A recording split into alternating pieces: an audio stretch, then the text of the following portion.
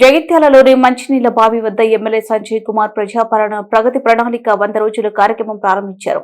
ఈ సందర్భంగా ఆయన మాట్లాడుతూ రాష్ట్ర ముఖ్యమంత్రి తన ఆధీనంలో ఉన్న మున్సిపల్ శాఖలో పచ్చదనం, పరిశుభ్రత, నీటి వనరుల సద్వినియోగత, ప్రణాళికబద్ధంగా పట్టణాల అభివృద్ధి దృష్టిలో ఉంచుకుని 100 రోజుల ప్రణాళిక ప్రారంభించారు. ప్రతిరోజు ఒక మండలంలో నూతనంగా ఏర్పడిన సర్పంచ్లు మరియు మండలాధికారులు పర్యవేక్షణలో ఈ కార్యక్రమం కొనసాగుతుంది. ప్రభుత్వ సూచనలను పాటిస్తూ ఈ కార్యక్రమాన్ని కొనసాగిద్దాం.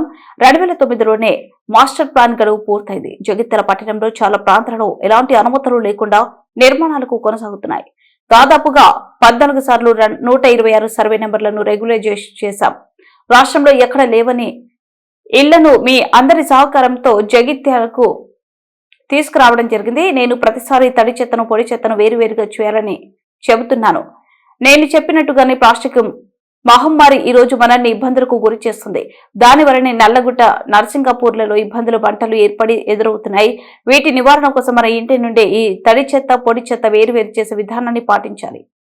నూతనంగా ఎన్నుకోబడ్డ సర్పంచ్లను పిలుచుకొని మండలాధికారులు ఏర్పాటు చేసిన కార్యక్రమంలో భాగంగా నిన్న ఒక మండలంలో కూడా నేను అటెండ్ చేసిన. చాలా వరకు కూడా ప్రభుత్వం ఇచ్చిన ఏవైతే గైడ్ లైన్స్ ఉన్నాయో అవన్నీ కూడా చూడడం జరిగింది. మరి అవే కొంత అటుగా ఇటుగా మన మున్సిపాలిటీ ఉంటాయి. గౌరవ కలెక్టర్ గారు జగిత్యాల జిల్లా కేంద్రం కాబట్టి మన మంత్రి గారు లక్ష్మణ్ కుమార్ గారి సూచన మేరకు ఈ రోజు ఇక్కడ మనం ప్రారంభింపజేసుకున్నాం. ఇది ఓన్లీ ప్రారంభం మాత్రమే, 99 రోజులు ఉంటుంది. మరి నిన్న రాత్రే ఆదేశాలు వచ్చినాయి కాబట్టి కొంత తొందరలో అధికారులు చేసింది. ఎవరికి ఇన్కన్వీనియన్స్ అయినా అన్యదా భావించదో మా కమిషనర్ గారు లేచిన వాడు, అందుకోసం అర్థం చేసుకోవాల్సి కూడా అందరినీ సందర్భంగా కోరుతూ, మరి జగిత్యాల పట్టణం ప్రణాళికాబద్ధంగా చేసుకోవాలంటే, మనం మాట్లాడాలంటే కొన్ని గంటలు రివ్యూ చేసుకోవాల్సి ఉంటుంది. మాస్టర్ ప్లాన్ 2009లోనే మనకు దాని పీరియడ్ అయిపోయింది. దేశవ్యాప్తంగా కూడా UNDPFI గైడ్ లైన్స్ ప్రకారం చేయాలని చెప్పి ఆదేశాలు వచ్చినాయి. దాంట్లో ఒక పద్ధతిగా మనం ముందుకెళ్ళాలి. జగిత్యాల పట్టణంలో చాలా ప్రాంతాలు సరిగా పర్మిషన్లు రాకుండా జోనల్ రెగ్యులేషన్ లేకుండా ఉండింది. దాదాపు 14 జోన్లు 126 సర్వే నెంబర్లు రెగ్యులైజ్ చేసుకున్నాం.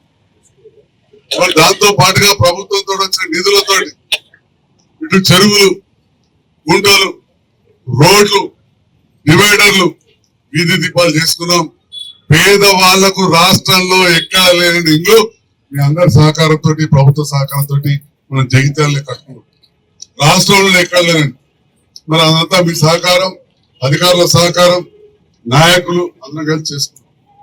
మరి అటువంటి సందర్భంలో దాదాపు కరోనా కంటే ముందు, కరోనా తర్వాత ప్రతి అభివృద్ధి కార్యక్రమంలో ఒకటే ఒక మాట చెప్తుంటే తప్పకుండా చెప్పకుండా నేను వదిలేదు. తడి చెత్త, పొడి చెత్త వేరేయాలి, లేకపోతే ఈ ప్లాస్టిక్ మహమ్మారి మనం ముంచెత్తదని చెప్పి ప్రతి మీటింగ్ లో ఇది ఒక లైన్ అయితే ఖచ్చితంగా చెప్పారు. మరి ఇవాళ ఏమైంది, మొత్తం నల్లగుట్ట కాడ పోయింది, నర్సింగాపూర్ గుట్టలలో కుట్టాయి.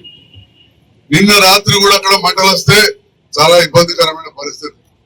అక్కడ కొత్తగా ఎన్నికైన చైర్మన్ గారు నిద్రపోయిన పరిస్థితి. ఆ చైర్మన్ గారు నిద్రపోగా కమిషనర్ గారు నిద్రపోయాలి, ఆ ఇద్దరు కలిసి నన్ను నిద్రపోయాలి.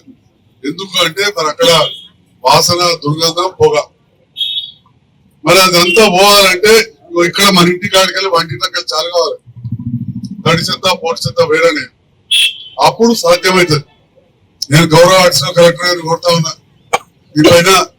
ఎందుకంటే యువ కమిషనర్, కొత్తగా ఎన్నిక కాబట్ట చైర్మన్ గారు కాబట్టి ప్రత్యేకమైన దృష్టి పెట్టాలని చెప్పి కూడా నేను కోరుతా ఉన్నా.